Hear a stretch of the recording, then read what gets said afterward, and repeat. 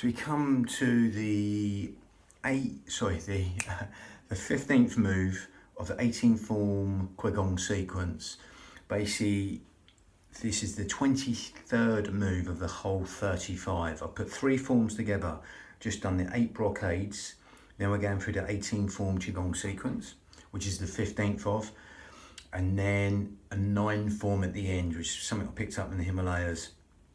So basically 35 moves. This is the 23rd of the whole 35 moves, 3 forms put together. You don't have to worry about that. You can either do these singly or in sequence. The sequence I've put it in brackets 35 and what number it is. Totally optional. We're going a lot into the breathing anyway, and then just a little bit of the move, because again, the most important bit is the breathing. Not going down the traditional route. Obviously in the traditional route, which will be happening anyway, you will get specific organs, meridians, electromagnetic rivers, nadis, whatever you want to call them, and they are linked to specific organs and emotions, etc. Now this one is the pericardium, is linked to the pericardium, like the heart lining, the lungs and the kidneys. They're the sort of organs it's linked to specifically within the forms, the 18 qigong sequence. But again, they do vary, different ones. So again, whatever you put your focus on, you'll move towards. You know, if you want to focus on a specific organ, then do it. Nothing's set in stone with these. But again, that specifically is the organs that this move will get to. It's called the flying goose or the wild goose. Real simple motion, this one, named after animals, etc. So, and again, we're going to go down the Pilates path and the yogic path with it, with the breathing. Okay, so we're not going to go down the traditional route where you breathe into the belly like a balloon. We're not going to go down that, we're going to go down the Pilates path. So we're going to do that right now. We're going to zip up pelvic floor, scoop out your abdominals and take your navel towards the spine. Okay, and we're going to breathe in through the nose and exhale through pursed lips. So you're sort of blowing out a candle through pursed lips. Now, as you're doing that, if you want to see where the breath's going into lower lobes of the lungs, you can do that, or just accept that. But if you really want to see where it's going into these lower lobes of the lungs, as you do that, you can get the 2 middle fingers touching underneath the breastbones, the xiphoid process, the sternum. And as you zip up pelvic floor and scoop out your abdominals, then muscles go together. You'll see this parting. Again, my shoulders are down, and this will happen, this motion.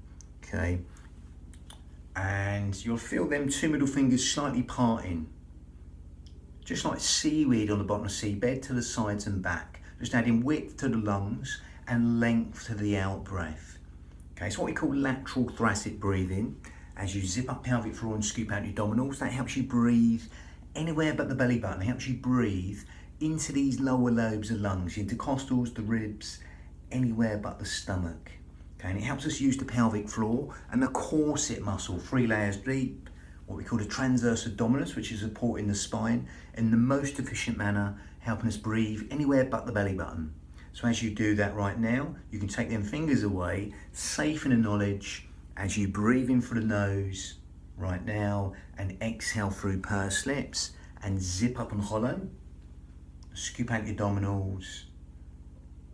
That breath is going in low and deep into these fish gills, 3D style, going organ deep, cell deep, even bone marrow deep into these lower lobes of lungs, intercostals, the ribs, anywhere but the stomach. Keep that lovely 3D breath going into these lower lobes of lungs, as though someone's opening an umbrella inside your rib cage and letting go, or someone's just pushing out from inside your ribs and letting go. That lovely, free, expansive breath. Just coming in organ deep, cell deep, even bone marrow deep into these lower lobes of lungs, intercostals, the ribs, anywhere but your stomach. As you zip up pelvic floor and scoop out your abdominals, allow that simplicity just to relax the mind. Breathing in through the nose and exhaling through pursed lips. Now that's, in short, the Pilates breath. Now we're going down the hypnotic path and the yogic path. So to make this more like a version, or the more regular version-ish yoga breath, we're going to keep the mouth closed. Simple as that. That's going to give us a smaller filter in and out for the nose. most yogas, not all, I mean obviously there's still different types of breathing, but as you do that right now, zip up pelvic floor, scoop out your abdominals, same deal, but breathe in and out through the nose now. That's going to be a smaller filter through the nose, and that's going to help you lengthen the breath, that whole will cycle of the breath. Okay, through that smaller filter through the nose, that's going to be more cleansing breath, yogic breath, like yogic breath there. Okay, so that whole will cycle lengthens. Now we go a little bit more down the hypnotic path as we take our mind to that out breath, and rather than the breath breathe us, we're going to breathe the breath. We're going to take our mind to that out breath and consciously elongate the out breath longer than the in breath. Okay, the in breath's conscious thought, the out breath is subconscious thought.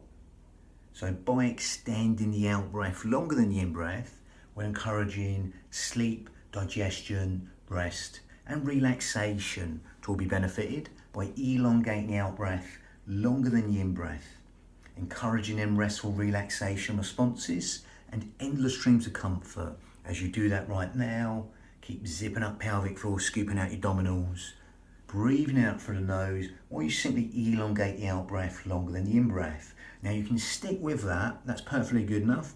If you want to make it slightly more advanced yogic breath, ujjayi breath, victorious breath in Sanskrit, that's what that means, you can make the changes. If you can't get it, don't worry, just carry on breathing as you are. Okay, you might not be ready for it. If you can get it, great. All we do, we add this. We grip at the esophagus, and it makes this sort of sound. Keeping the shoulders down. It's like a with the mouth shut. It's like a sighing, soft, silky, whistling, ujjayi breath, victorious breath, raspy sound from the back of the throat, near enough sort of Darth Vader breath, will help us lengthen the whole will cycle of the breath longer. But we're especially elongating the out breath still. Okay, again, it's like a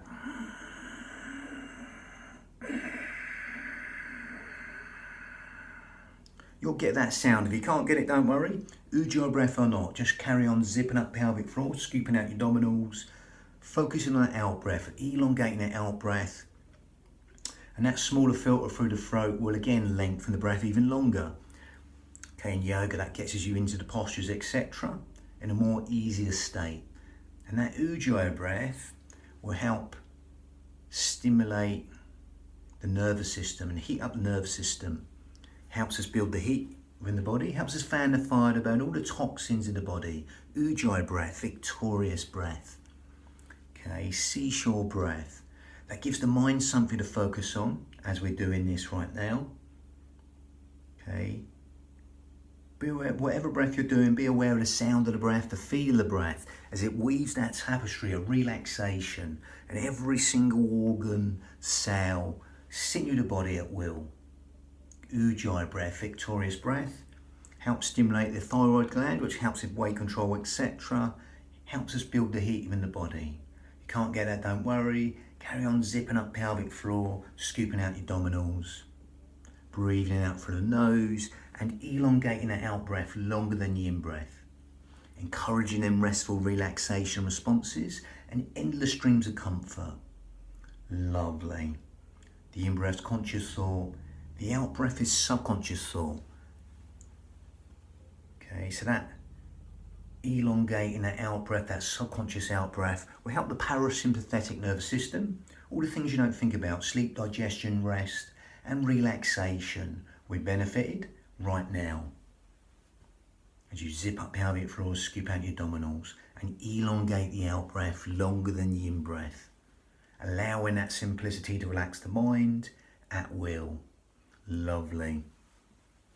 Cellular communications improving, all the things you don't think about, organ function, that health, well-being and renewal, all benefited by elongating the out breath longer than the in breath. Lovely. So with that, we're going to calibrate and synchronize and integrate the breath with the motion, the flying goose or the wild goose. Okay, again, real simple motion, nice sort of Tai Chi one. But we're going to elongate the motion on the out breath. That's going to bring in that hypnotic response, okay? That stimulation of the parasympathetic nervous system. Lovely. So from there, it's just a basic motion, just coming up, the hands, and coming back down. It's a real simple motion, like some of them are, okay? Again, breathing in, coming up, exhaling down. Now again, as with all qigong, but any body system, we can go as low as you like. As we do that vinyasa, breath synchronized motion in Sanskrit, as we put that together, we're going to bring in the Iyengar yoga principles. Again, the old school sort of Iyengar principles. But again, obviously, there's different schools of thought. We're going to go no deeper than knees in line with toes to bring in that alignment, or less. Only go as deep as you like to relax and let go. Okay. Again, remember, it's your unit, your mind and body. Only go as deep to these as you like. So again, squat position, feet slightly wider than hip width apart, breathing in, exhaling down. Only as low as you keep the knees in line with toes. If you want to go deeper, tailbone deep, but still only as low as you keep the knees in line with toes. You're going to breathe in and exhale for as long as you like.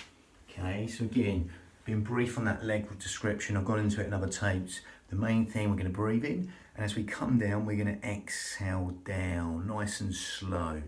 Only as low as you keep the knees in line with toes. As you zip up pelvic floor, scoop out your abdominals.